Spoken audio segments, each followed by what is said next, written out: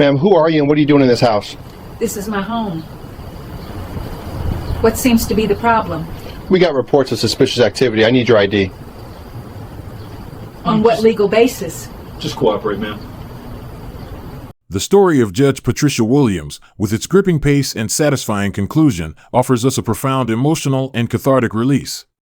It unfolds like a meticulously orchestrated legal thriller, where every twist and turn lands precisely on the audience's craving for justice, and every plot development strikes like a perfectly calculated musical note, culminating in a rousing symphony of good triumphing over evil. We witness a victim who, while innocent in the eyes of the law, is also immensely powerful in her personal capacity.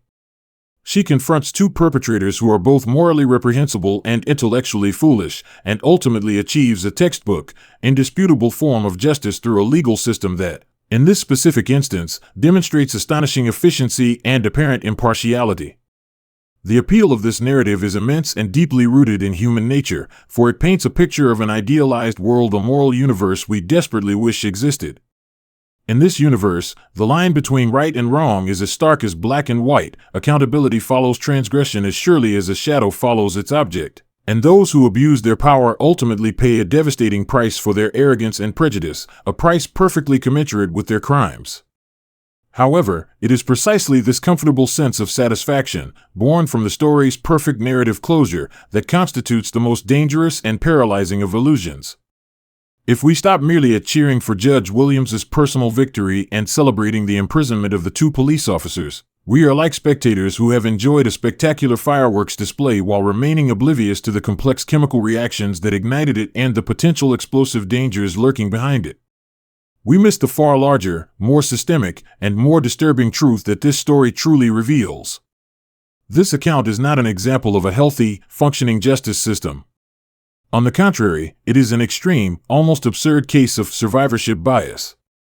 Its true value lies not in celebrating an accidental and nearly unreplicable victory one achieved through the confluence of countless coincidences and privileges, but in its function as a high-precision, diagnostic X-ray, one that clearly, mercilessly, and unflinchingly illuminates the deep-seated fractures, fissures, and malignancies that have long been pervasive beneath the skin of the entire institutional body.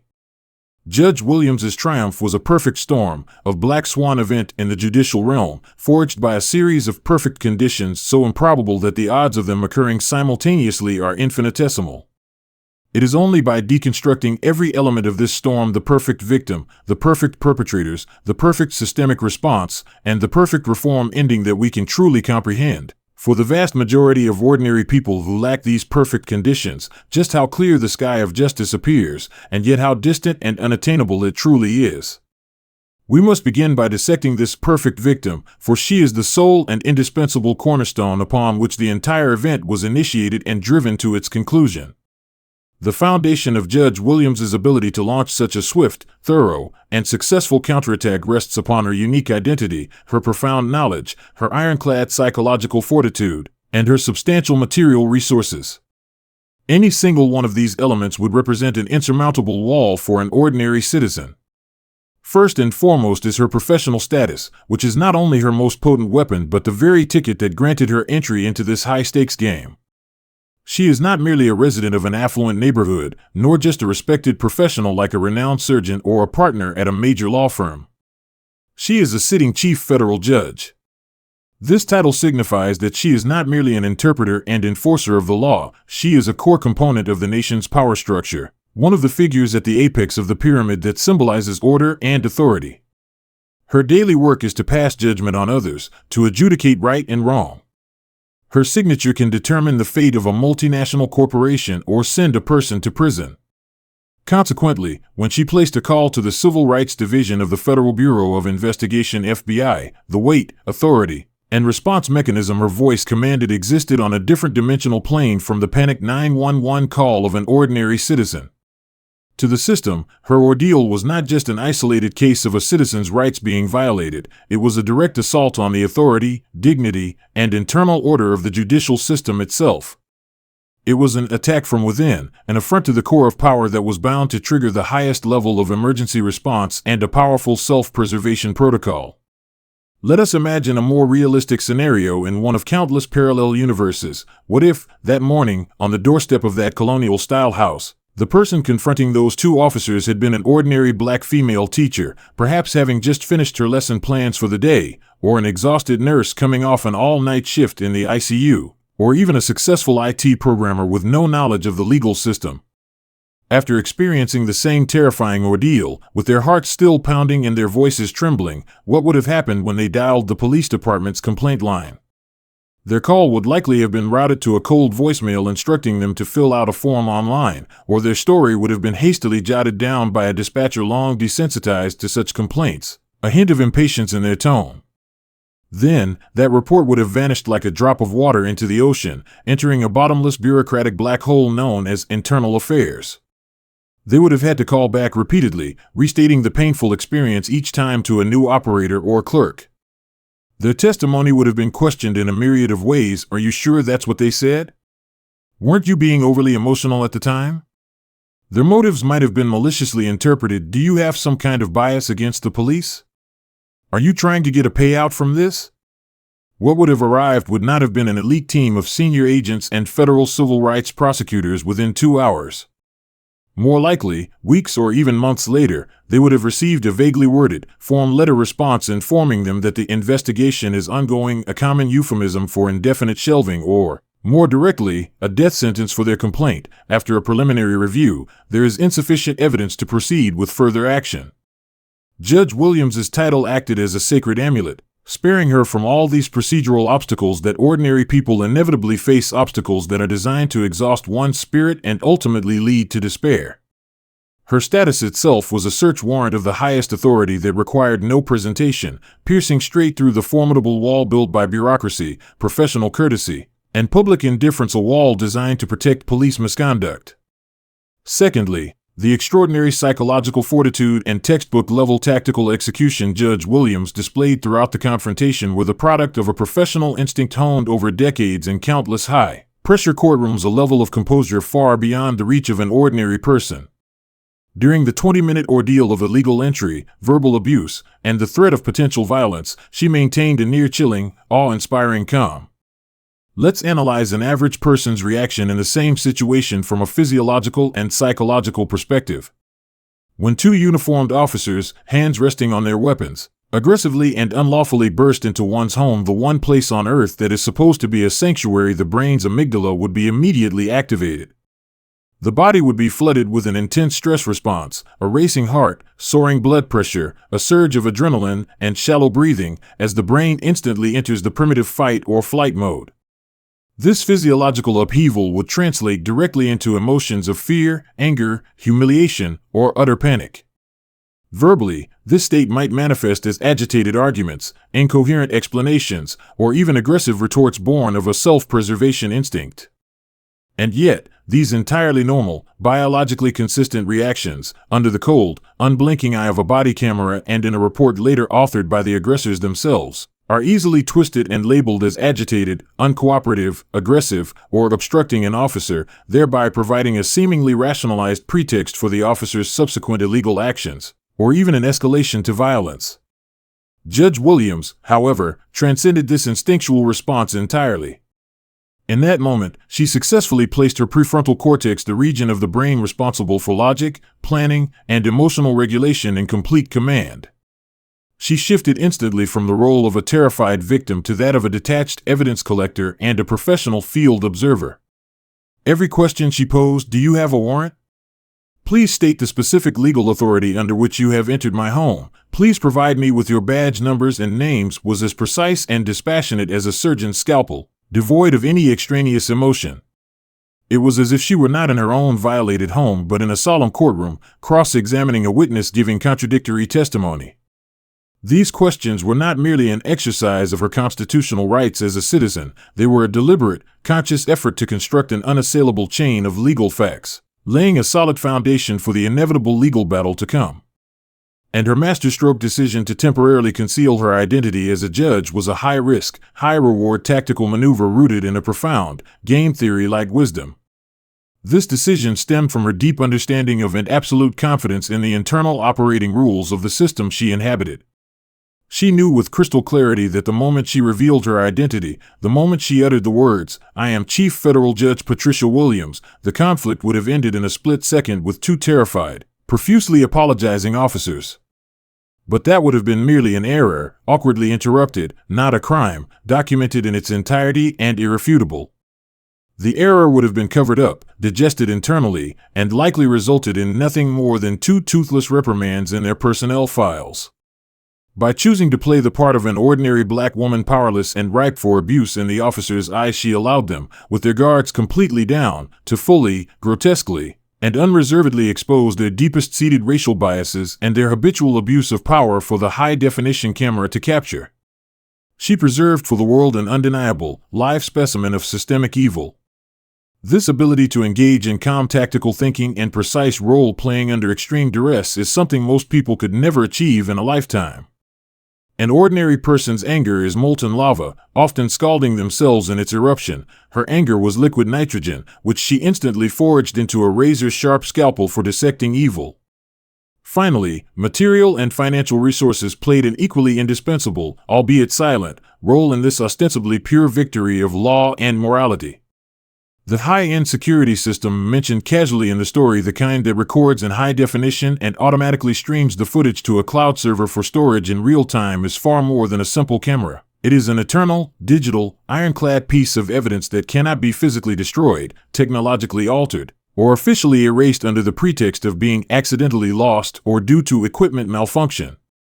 In countless cases of police misconduct, the absence or disputability of evidence is the fatal flaw that prevents justice from being served.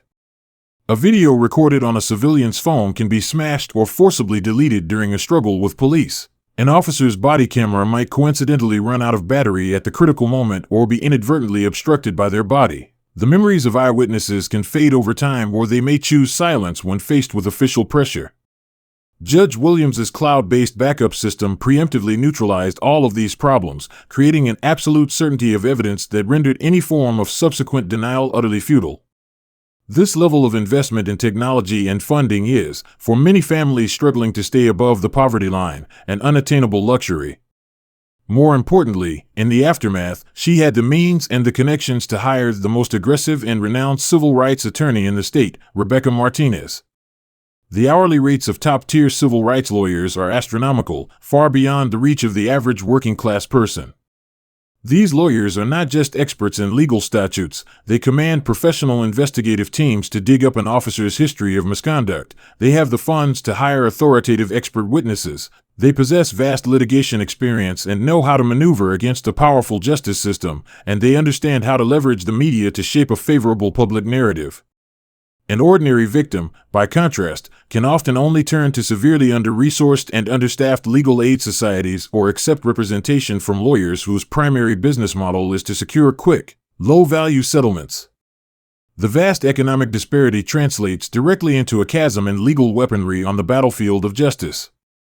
Judge Williams's case thus constitutes a heartbreaking and deeply ironic paradox. In order to powerfully prove that a justice system is systemically biased against the vulnerable, the victim herself needed to embody the system's highest authority, its most elite professional knowledge, and its most substantial economic resources.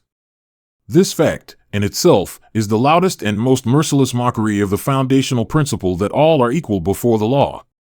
Her victory, like a dazzling firework ignited with the most expensive materials in a vast, dark wilderness, is beautiful and eye-catching.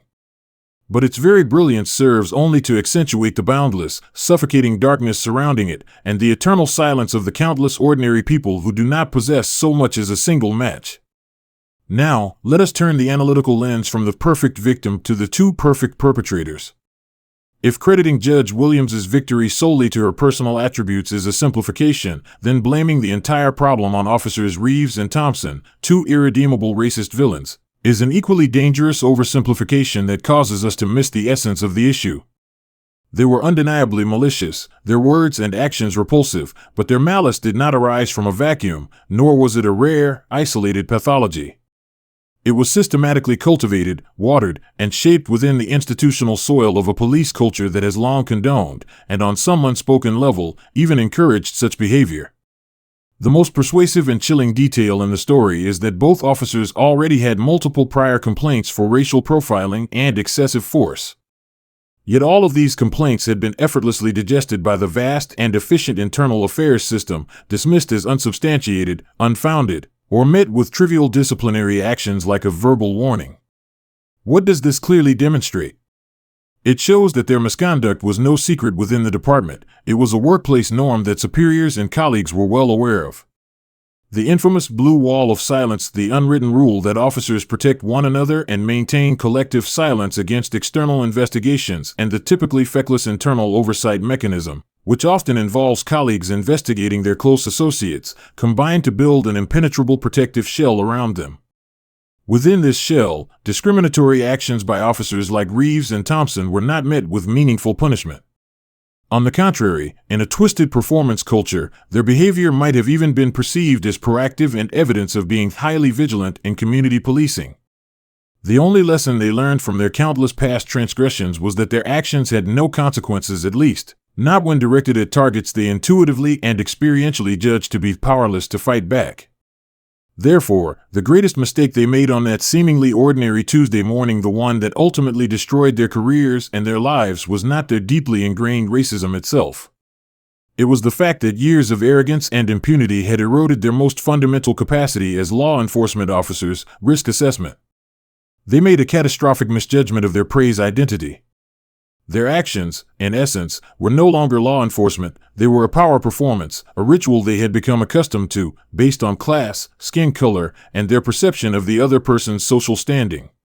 Their fluid execution of fabricating a report of a suspicious person, their brazen illegal entry into a private residence, and their uninhibited spewing of racist remarks were all backed by an absolute confidence that their authority would not be challenged. It never occurred to them that the entire toolbox they routinely used to intimidate, suppress, and humiliate ordinary citizens would one day be used on someone capable of taking that toolbox, along with its users, and having it shipped directly to a federal penitentiary. From this perspective, their downfall was not because their actions were more egregious than those of thousands of other officers who escape accountability, but simply because this one time, they happened to kick a plate of tungsten steel. The hardness of that plate was just enough to shatter the entire system that protected them. Furthermore, their stupidity was also of a perfect caliber. Their racist remarks were so direct, vulgar, and undisguised that when played back as evidence in court, they would provoke visceral discomfort and moral outrage even in the most conservative juror. This unvarnished, naked evil made the prosecutor's job of securing a conviction remarkably simple, requiring almost no complex legal reasoning. In the real world, however, the more pervasive and insidious forms of discriminatory policing are often cloaked in a more subtle, professional, and legally elusive guise. For instance, an officer might use a trivial traffic violation that almost anyone could commit, like a broken taillight or not coming to a complete stop at a stop sign, as a pretext for a stop. Then, using highly subjective justifications like "I smell marijuana" or "your behavior is suspicious, you're avoiding eye contact," they apply immense psychological pressure on the individual to voluntarily consent to a search of their vehicle or home. Such tactics are much harder to challenge on procedural grounds, and the underlying discriminatory intent is far more difficult to prove. The fatal flaw of Reeves and Thompson was their crudeness and primitivity. They left their malice with no room for defense, making them the perfect defendants who would fill their own defense attorney with despair from the very first meeting. Next, we must examine the justice system's response to this incident with the same critical eye. The scene depicted in the story is one of astonishing efficiency and thunderous severity. The FBI intervened within 2 hours of the report. A federal grand jury was convened and issued indictments in just 3 weeks, and a federal court ultimately sentenced the 2 defendants to lengthy prison terms of 15 and 12 years. In the real world of judicial operations, this is faster than light processing, almost unheard of. The investigation of an ordinary citizen's complaint against police misconduct often takes years, mired in delays, stonewalling, and bureaucratic sludge.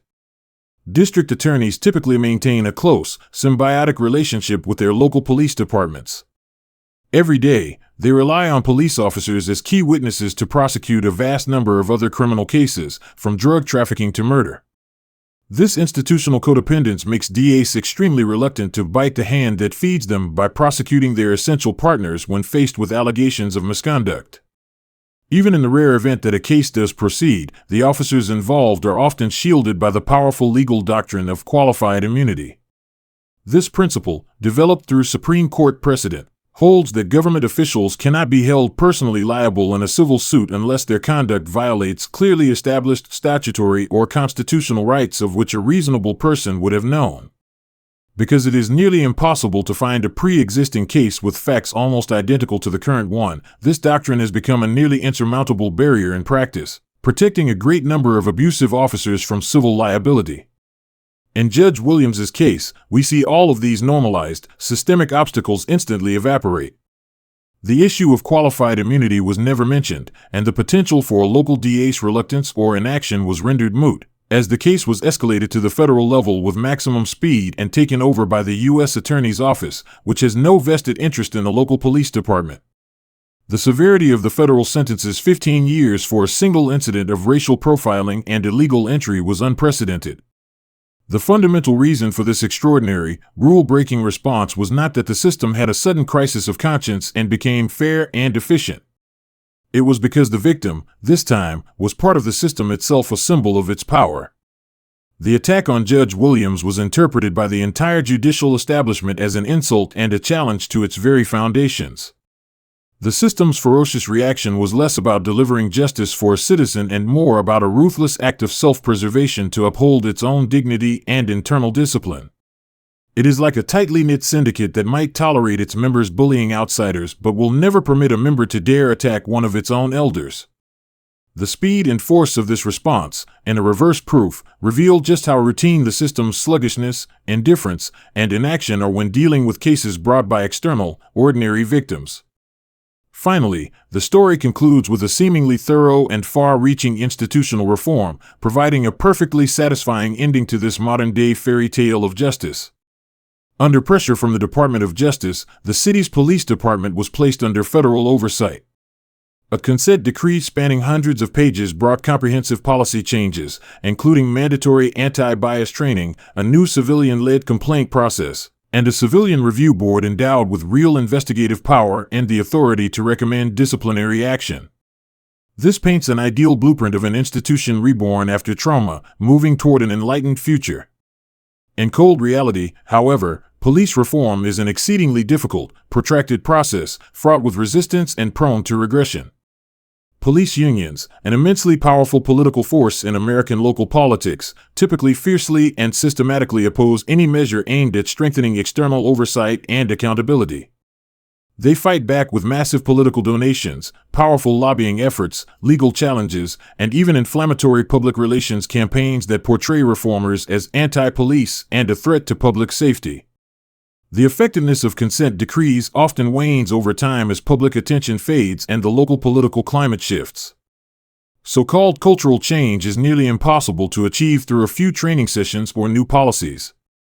The deep-seated values, behavioral patterns, and unwritten informal norms within an organization often have more staying power than any written regulations. In the story, Judge Williams herself steps up to serve as the first chair of the newly formed Civilian Review Board, another special condition that is virtually impossible to replicate. She uses her unparalleled prestige, legal authority, and political clout to ensure the reform's initial implementation. But what happens after she steps down? Can a civilian review board without a chief federal judge at its helm withstand the sustained pressure from the police union and conservative elements within city government and maintain its independence and authority? History and countless failed examples tell us that this is extraordinarily difficult. Therefore, the immediate, once and for all reform presented in the story is more of a narrative convenience, a form of wishful thinking that dramatically oversimplifies the immense complexity and difficulty of changing a large, conservative, and highly organized bureaucracy. In conclusion, after stripping away its thrilling veneer, the story of Judge Patricia Williams must be interpreted as a profound and unsettling cautionary tale, not a triumphal ode worthy of simple celebration. By meticulously constructing a perfect justice scenario that is almost impossible to replicate in the real world, it ironically exposes the countless, festering wounds in our existing system.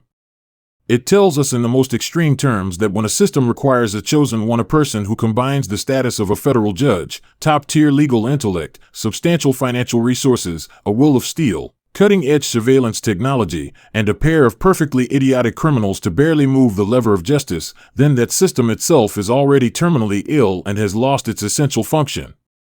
We feel a sincere sense of relief at Judge Williams's personal victory, but this fleeting satisfaction should be followed by a deep and persistent anxiety for the millions of ordinary people who lack her status, her resources, and her cool-headedness, the ordinary people who feel fear, who tremble, who become incoherent and helpless when they face injustice. Where is their justice? True, healthy, and sustainable justice should not depend on the random appearance of a superhero, the occurrence of a statistical miracle, or a perfect storm of impossible coincidences. It should be an everyday, predictable, institutional guarantee, universally applicable to all members of society.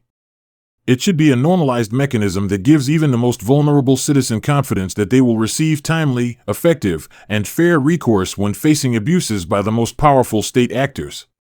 The story of Judge Williams, with its extraordinary and dazzling exceptionalism, precisely measures for us the vast chasm between that ideal and our reality.